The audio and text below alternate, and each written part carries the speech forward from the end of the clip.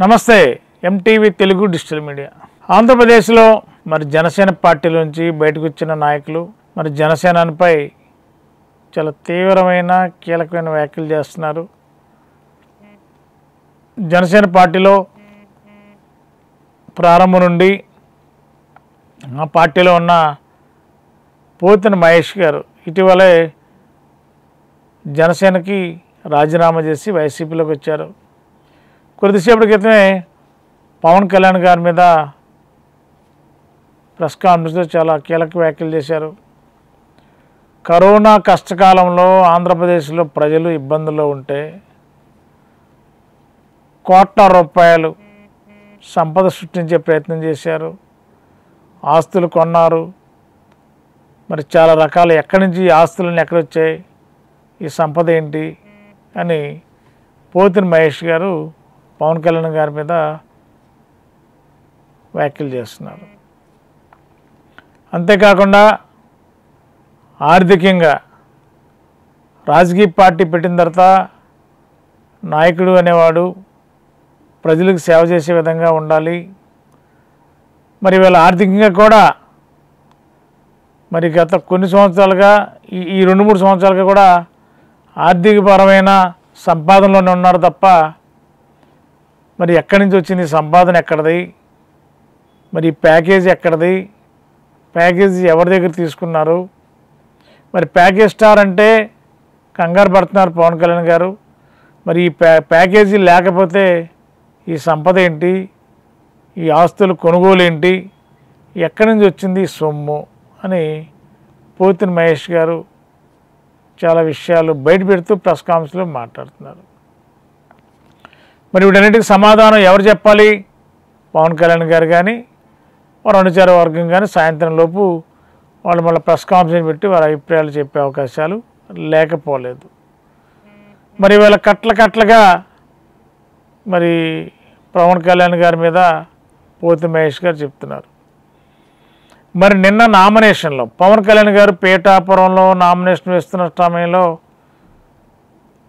నామినేషన్కి వెళ్ళే ముందు మరి పిఠాపురం మాజీ ఎమ్మెల్యే అంటే తాజా టీడీపీ ఎమ్మెల్యే వరమ గారు ఆశీస్సులు తీసుకుని వరమ గారి దగ్గర వంగి నమస్కారం పెట్టి ఆయన ద్వారా అక్షంతలు వేసుకున్నాడంటే మరి వరమ గారికి రెండో భార్య పవన్ కళ్యాణ్ అంటూ చాలా వ్యంగ్యంగా వ్యాఖ్యలు చేశారు పోతిన మహేష్ గారు.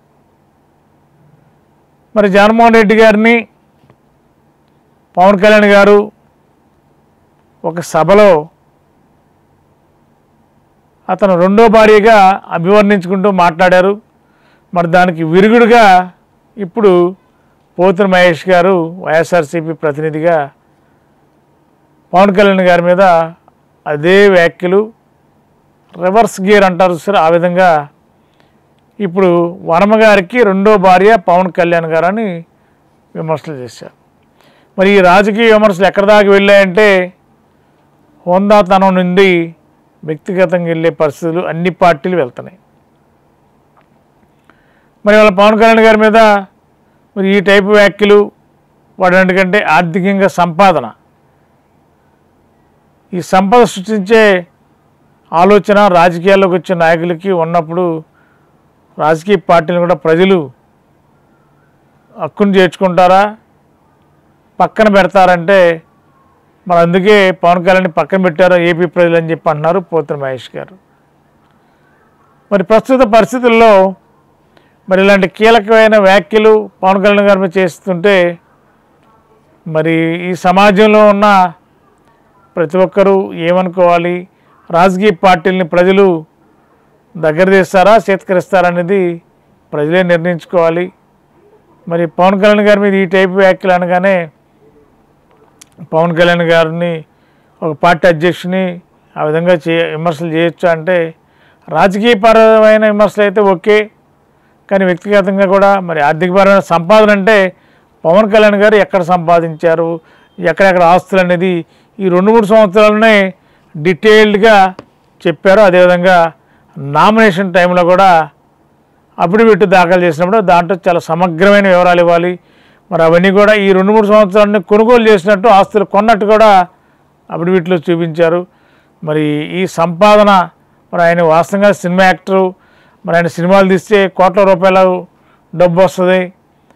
మరి అలాంటి పరిస్థితిలో మరి అఫిడవిట్లో కోట్లాది రూపాయలతో పొలాలు కానీ రకరకాల అసెట్స్ కొన్నట్టుగా కూడా మరి అఫిడవిట్లో చూపించారంటే మరి ఈ యొక్క సంపాదన మీదే ప్రస్తుతం ఆంధ్ర రాష్ట్ర ప్రజలు రాజకీయ పార్టీలు ముఖ్యంగా మూకుమ్మడి దాడి చేస్తున్నాయి.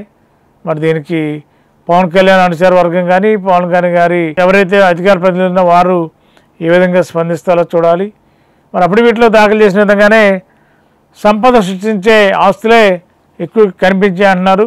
మరి సంపద ఎక్కడిది, ఎవరిస్తే వచ్చింది, ఎక్కడి నుంచి వచ్చింది, మరి రాజకీయ పార్టీకి మరి ఆయనకి ఒక బ్రాండు ప్యాకేజ్ స్టార్ బ్రాండ్ ఏ విధంగా ఉందో ఆ ప్యాకేజ్ స్టార్ అనే పదాన్ని మరి అక్కడ ఈ యొక్క సంపాదన సృష్టించే పనిలో ఎక్కడైనా ఉపయోగపడిందా అనేది మరి ఇతర అంటే వైఎస్ఆర్సీపీ విమర్శిస్తున్న తీరు అలా అర్థమవుతుంది. మరి ఏదేమైనా ఈ టైపు విమర్శలు ఏ పార్టీకి మంచిది కాదేమోనని అనుకోవాలి. ఈ సమాజానికి రాజకీయ పార్టీలు ఎలాంటి మెసేజ్ ఇస్తాయి అనేది ఈ ప్రస్తుతం రాజకీయాల్లో ప్రజల్లో కూడా చర్చ జరుగుతుంది. మరి హోందాతనంగా ఉంటే బెటర్ అనేది ప్రజాభిప్రాయం.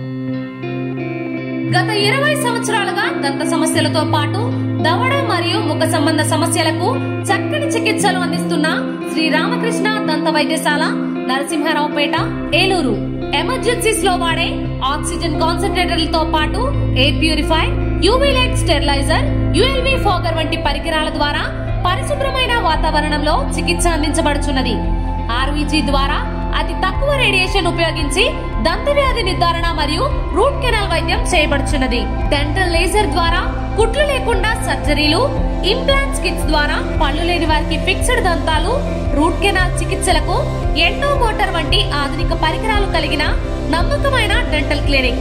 అత్యంత ప్రామాణికమైన ఆటోక్లావింగ్ పద్ధతిలో శుభ్రపరిచిన ఇన్స్ట్రుమెంట్స్ వాడడం మా ప్రత్యేకత.